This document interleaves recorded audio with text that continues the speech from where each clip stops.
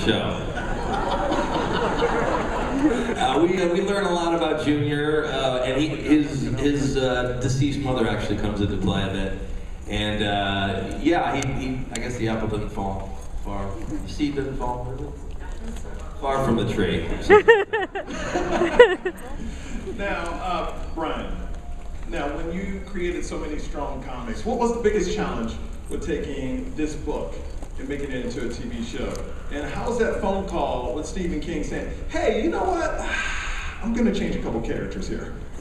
Yeah, it's terrifying because I love the guy, and I knew that if we wanted to do something different, and but thankfully he's just been so sweet and generous and encouraging. He told us when he first came up with this idea, he wanted to do a story about a town that was trapped potentially for years under a dome. But by the time he got to page 1,000, they'd only been in there for a couple of days. He's like, I better wrap this up. But he told us to use this ongoing television series as an excuse to take my characters to places where I couldn't. So we're just so grateful to have him on board and for him to be that thoughtful of a collaborator. It's a dream come true. Now, Rochelle, what drew you to the character of Julia? I really like the idea of playing a character who, I guess in my own life I pretty much wear my heart on my sleeve, and the filter between my brain and my mouth is limited. Yeah. Anybody who works with me will tell you. And it's not, you always know how I'm feeling, you never have to guess. And I was really attracted to the idea of playing a character who had all those emotions, wasn't necessarily cold, but could restrain it and play it close enough to the vest to be that sort of journalistic tendency of like, I have to get answers, and to try to be pragmatic. And I think that that's something that television needs. I think television needs a lot of strong female characters who aren't just reacting to the male storylines around them. And thank you. And I think that it's important to show characters, female characters on television who aren't just constantly at the whim of their feelings. And Julia we have great writers who are writing a really strong female character, and I just really wanted that on television, so I wanted to play her. Awesome, awesome. Now, Neil, when are we going to learn more about the stockpiling of propane in Chester Mills?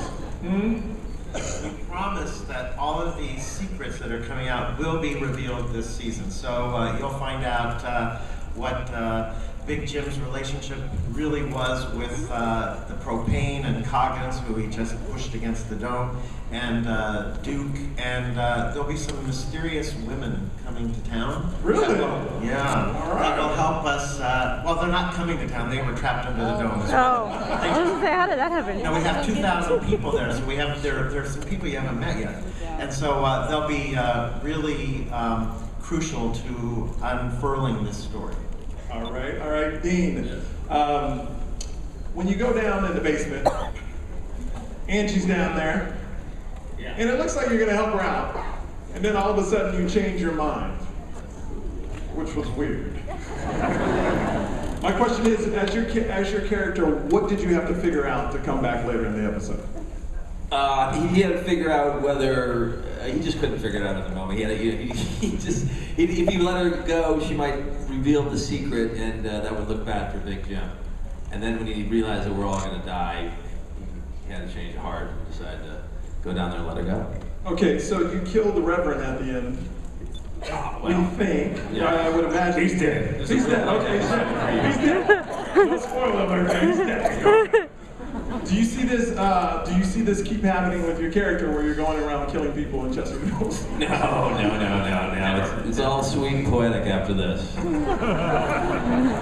right. I know we want to go to the crowd because you guys got some questions too, right? All right. Please walk up and state your name and ask your question. We should say we have two other excellent writers happen to be here. Mr. Adam Stein and Peter Calloway are here as well.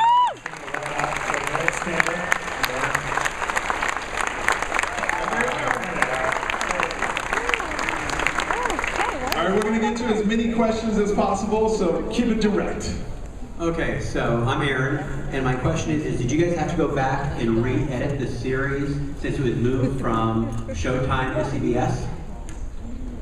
Nope, the script was written when it was originally at Showtime, but we hadn't shot anything until we moved it to CBS. But really, when it moved over, I was worried that we'd have to do sort of a watered down version, but CBS has been great. They said, no, we want to compete with cable and give us the dark, strange show that you want to do. So it changed very, very little. Fewer naughty words, maybe, but just as many brutal killings, etc.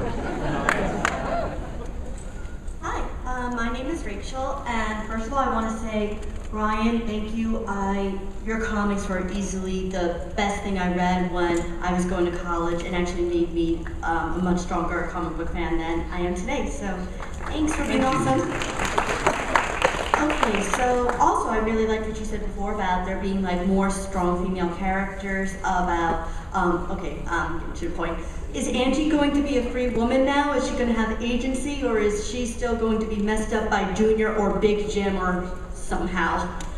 Well, since they didn't die under the dome, she's there with Junior still. So I guess in the next episode you will see what happens to Angie. America's sweethearts. The big tease, people. Big tease. Hi, I'm David. I have a question about the dome itself. Since nobody's dug their way out yet, how deep is it, or is it actually a sphere?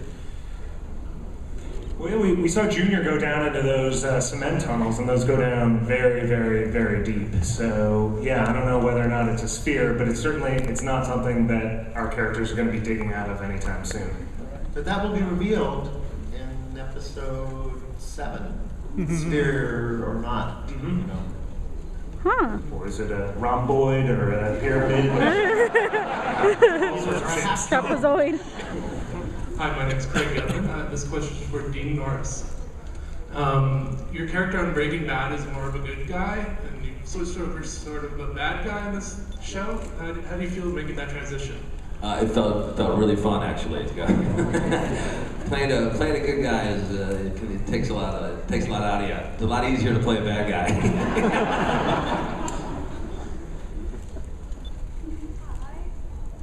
You mentioned that all of our questions will be answered by the end of season 1. Is there plans to go beyond season 1, or is this like a mini-series? Well, we should say I think when you said that all the answers will be questioned, I think about the people up here. We'll find out about all of their secrets, but that doesn't mean we won't hold a few secrets about the dome, right? Right. So we're going to give you more secrets that will then be uncovered, and also, if you want to have the whole series, on November 5th, we're going to release the DVD series of the show. So that'll be around too, so that you can kind of go back and look at all the little things the little Easter eggs that we laid out. Like even in episode 1, they'll come back. So if you see episode 1 again, watch it really carefully, because that's going to speak to things that happen in later episodes. But we can say these guys are shooting the season finale right now, and it ends with a hell of a cliffhanger. So if we're not lucky enough to come back for another season, you guys are just screwed.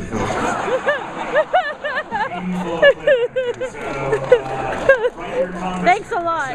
Right, your congressman?